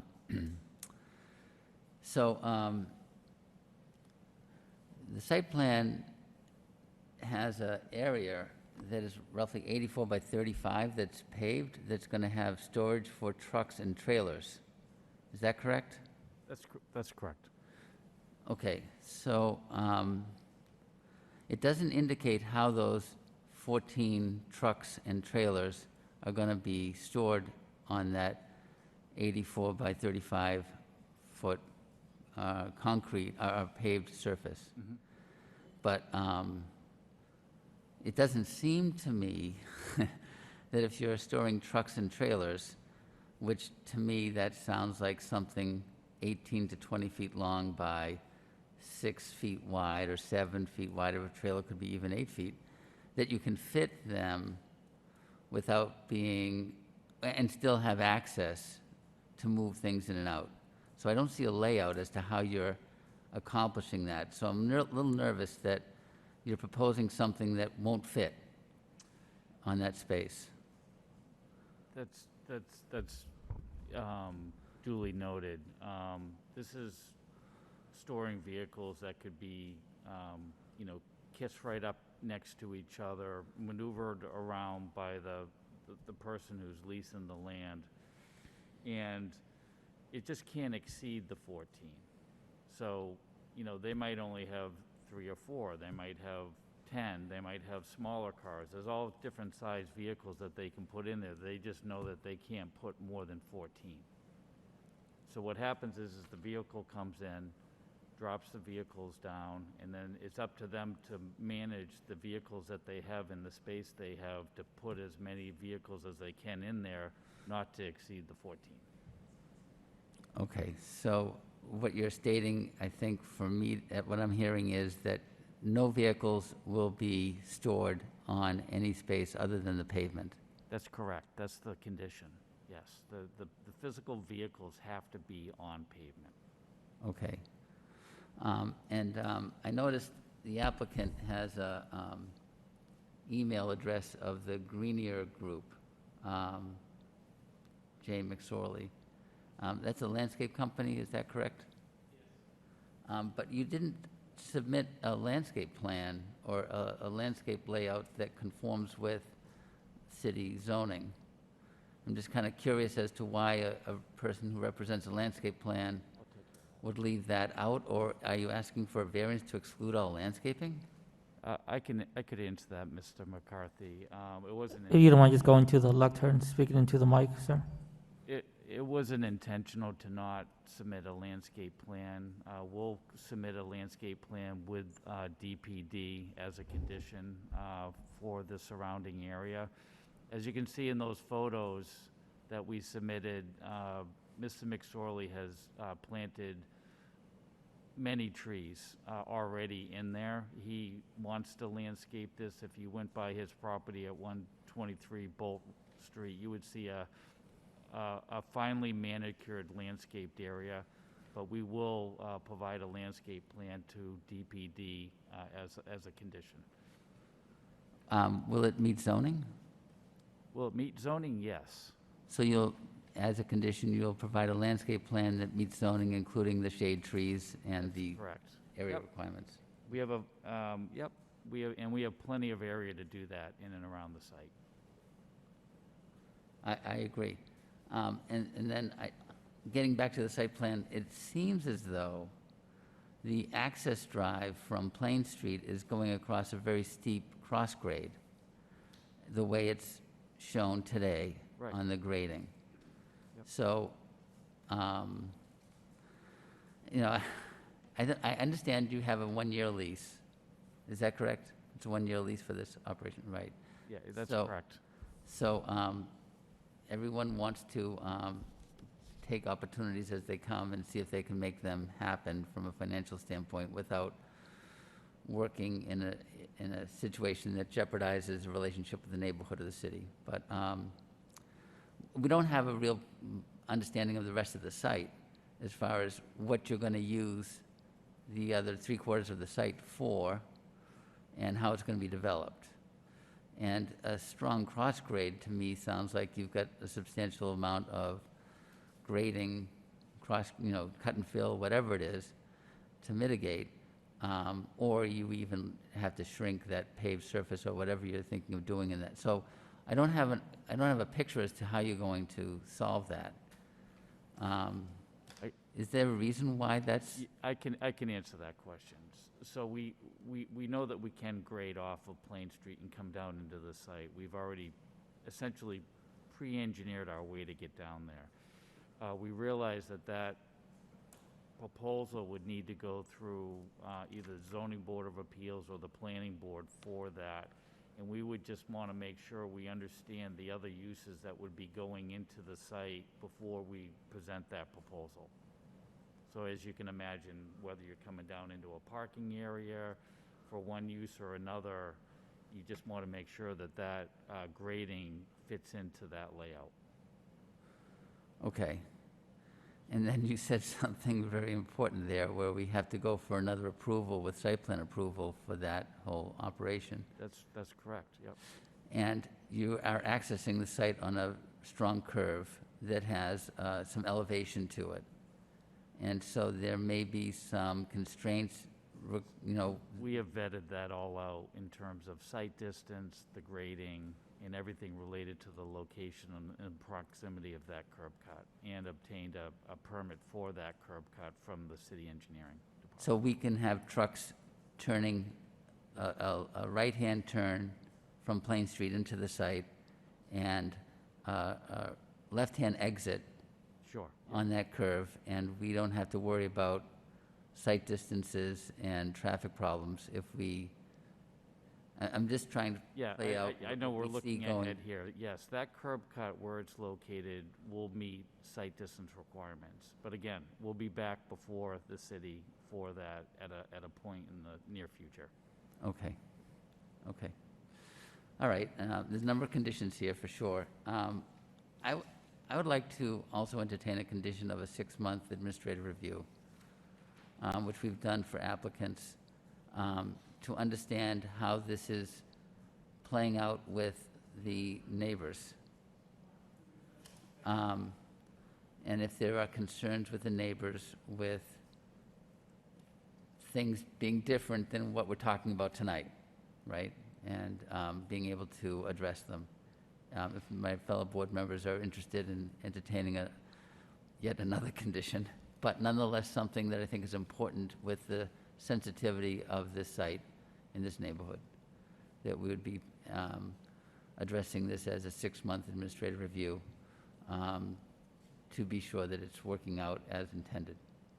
Mr. McCarthy, I'm confident at a 6-month review that the board and the city will be very, very pleased with what Mr. McSorley is doing over there, so. Terrific. Okay.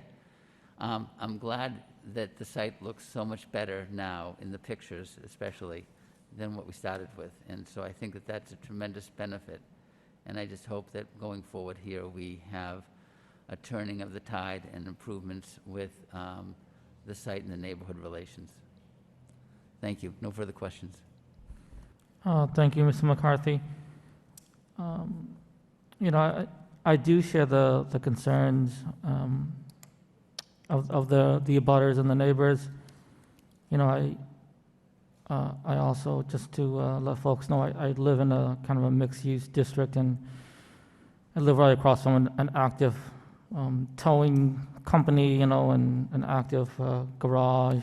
So there's a lot of activity. So I definitely understand the neighbors and the abutters' concern. I think this project is actually a very palatable project.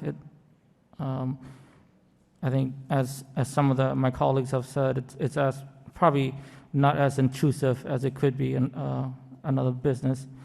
And I do feel like, the applicant and Mr. Cox and Mr. Hammer, and they've been very forthcoming and understanding of the concerns, and, I think I definitely hear the issues with the access through Quebec Street, and when Plain Street is redeveloped and fully come to fruition, they're going to use Plain Street as more the main access throughway. So I think with the conditions my colleagues have stated, as well as the 6-month review after, like 6 months of operation, we can make sure that everything is, how it's been discussed tonight. So those are my thoughts and comments. So if my colleagues, any members have any other further comments or questions, if not, we'll move forward with a motion. Do you want to go through the conditions? Yeah, There's a lot of them. Right. Yeah. Exactly, Sean. Yes. And you had one, I think, that you were proposing, but if you want to state that about access from Plain Street, were you looking for? So from what Dylan had mentioned previously, proposed condition, applicant shall agree that the sole access in and out of site shall be off of 264 Plain Street once curb cut permit is issued for that location. Is that? Yeah, I think that would be. All right, so maybe we can just kind of go through the 5 or 6 conditions that we have here. Let me start. Condition 1, that the applicant shall install oil separators in the parking area prior to utilizing the site for parking. Condition 2, that the applicant shall construct a 6-foot opaque fence around the parking lot, along the lot or parking area to reduce visible impact on the neighborhood. Condition 3, which is a little bit tricky, that the applicant shall provide access to the city through a property manager to provide access to the site for site compliance. Does that make sense? I'm sorry, that the applicant shall provide access to the site through a property manager to allow the city to assure site compliance?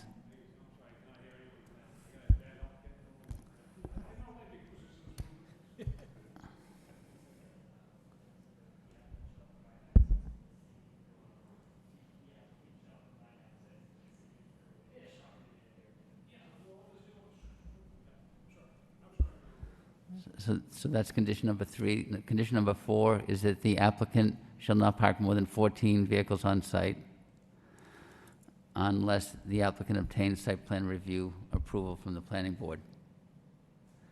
And then I wanted to add that the applicant shall provide a landscape plan that meets the zoning ordinance, and that the applicant special permit will be subject to a 6-month administrative review. And So- can I just suggest one more? All vehicles stored shall be on paved surface only, none shall be on the gravel. Why don't we just add that to the condition? Applicant shall not park more than 14 vehicles on the site on paved surfaces only, unless the applicant obtains a site plan. Not on gravel, just want to make sure they're clear on that. Not on gravel, okay? You've got that, Dylan? All right, so I don't think I have to read those conditions back. If anyone wants to add any other, well, No, thank you. okay. Should I do a motion? All right, so we're all in the same agreement with the conditions for this project. So we'll have a motion for the petition for a vote with the conditions that we just mentioned. Mr. McCarthy, if you don't mind, sir. Through you, Mr. Chairman, I'd like to make a motion for ZBA 2021-39 for a special permit for 17 Montreal Street, 264-266 Plain Street, with the previously mentioned, Dylan, is it 6 or 7 conditions? I think it's 7. 7 conditions. All right, motion by Mr. McCarthy, Second? second by Mr. Callahan. Can we have a roll call, please? Vice Chair Peck, Approve with conditions. Member Callahan, Approve with conditions? Member McCarthy, Approve with conditions. Member Briere, Approved with conditions. Member Procope. Approve with conditions. I just want to add, it may make sense to approve a variance for the parking requirements. All right, you've been approved for your special permit with conditions. Now we'll go through a motion for the variance. Mr. McCarthy, can we have a motion for the variance with the previous men conditions as well? Thank you, gentlemen. Have a good evening. Okay, I we wanna got thank, one more, we got one more vote, Dylan. council. Through you, Mr. Chairman, I'd like to make a motion for ZBA 2021-39 for a variance for parking. Is that correct, Dylan? Yeah, variance for section 6.1 for the parking. For a variance for parking per section 6.1? Yep. For applicant at 17 Montreal Street, 264-266 Plain Street, with the previously mentioned 7 conditions. Motion by Mr. McCarthy, Second? second by Mr. Prokop. Can we have a roll call, please? Vice Chair Peck, Approve with conditions. Member Callahan, Approve with conditions? Member McCarthy, Approve with conditions. Member Briere, Approved with conditions. Member Procope. Approve with conditions. All right, gentlemen, you've been approved both the special permit and your variance for this evening with conditions. We wish you the best of luck. Thank you, and we'll see you at the site review. Thank you very much, gentlemen. And again, I want to thank Dylan for all his help. He's goes out of his way and very, very accessible. And I want to thank you. Thank you. Have a good evening. Dylan, I just want to verify, we did have the access was a condition on that, right? The access to 264? Yes, that was Okay. conditioned. Just want to double check. Thanks. All right, going to our next agenda item under other business. We have minutes for approval for September 13, 2021. Any edits, comments, questions by the board for the minutes from September 13th? Seeing none, can I have a motion to approve the minutes for September 13th, please? Through you, Mr. Chairman, I'd like to make a motion for meeting minutes approval for September 13th, 2021. Motion by Mr. McCarthy to approve the minutes, Second? second by Mr. Callahan. Can we roll call, please? Vice Chair Peck, Approve the minutes for September 13th. Member Callahan, Approved minutes for September 13th, 2021. Member McCarthy, Approve the meeting minutes for September 13th, 2021. Member Briere, Approval. Member Procope. Approved minutes for September 13, 2021. All right, the minutes have been approved. If you don't have any other questions or comments by anybody, we'll motion to adjourn. Seeing no questions or comments, can we have a motion to adjourn, please?